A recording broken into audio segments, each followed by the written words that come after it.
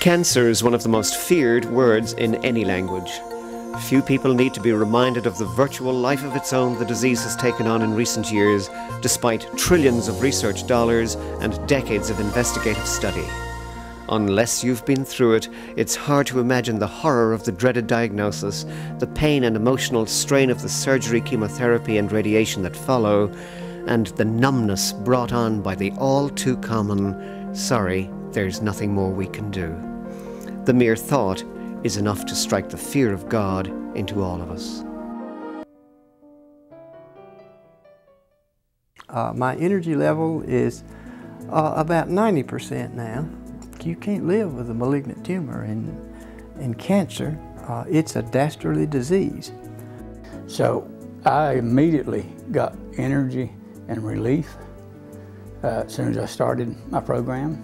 That has been a little over 2 years, which has really been a life-saving project for all of us, and especially me. Last week I went in for a CAT scan. He examined my liver and he tried to walk out of the room, and I said, "Excuse me, wait a minute. I need to know the results of my pancreas. What is going on in my pancreas?" He said, "Nothing." I said, "What does nothing mean?" "It's inactive." I said, "What does inactive mean?" It means that the cells are dead. They've died. They're just sitting there dead. And I suppose it was a few months after the treatment was done that I had an Amos test, almost a year after the diagnosis, and it came back perfectly normal, no indication of cancer. And I feel better now than I have seriously in my entire life.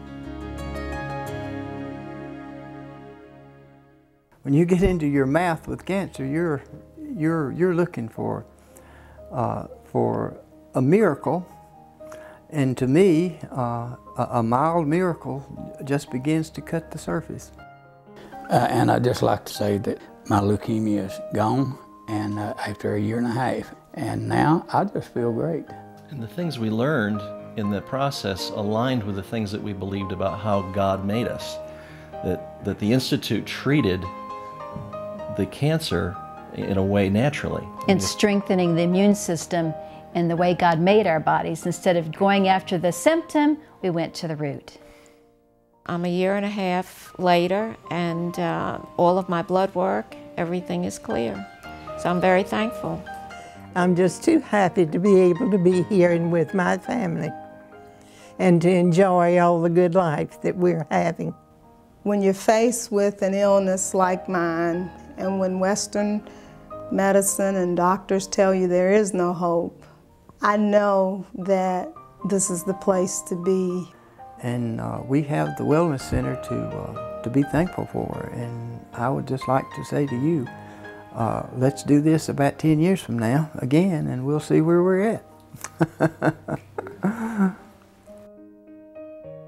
The people you met here today are not actors or actresses.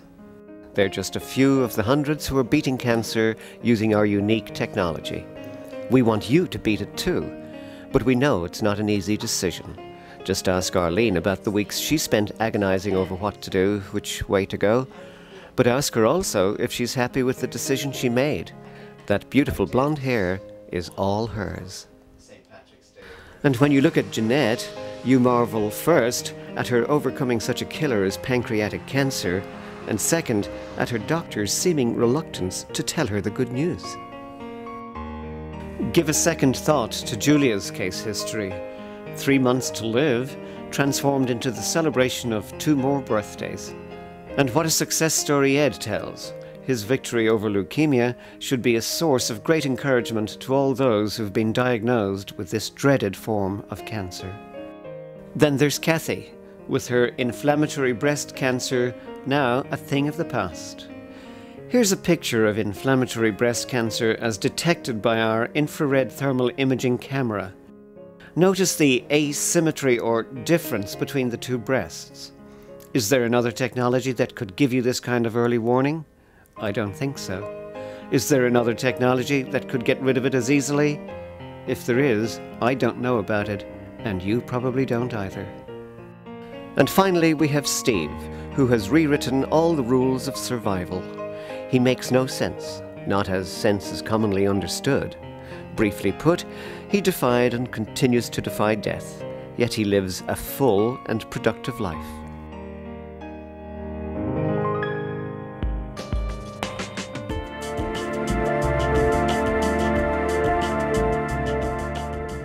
Meanwhile, the search for better drugs, improved forms of chemotherapy, etc. continues. Each year, thousands of well-meaning people take part in events billed as efforts to raise funds for further research. In their race for the cure, these people march, hold hands, sing songs, and cry for the cameras. But are they racing for the cure, or are they running from the cause? Because you see, science has already moved on. The only things still firmly entrenched are the fear, the suffering, and the staggering death rates. The people you met today took control, and they're winning. We want you to be in the winner's circle too. And the secret? Take control.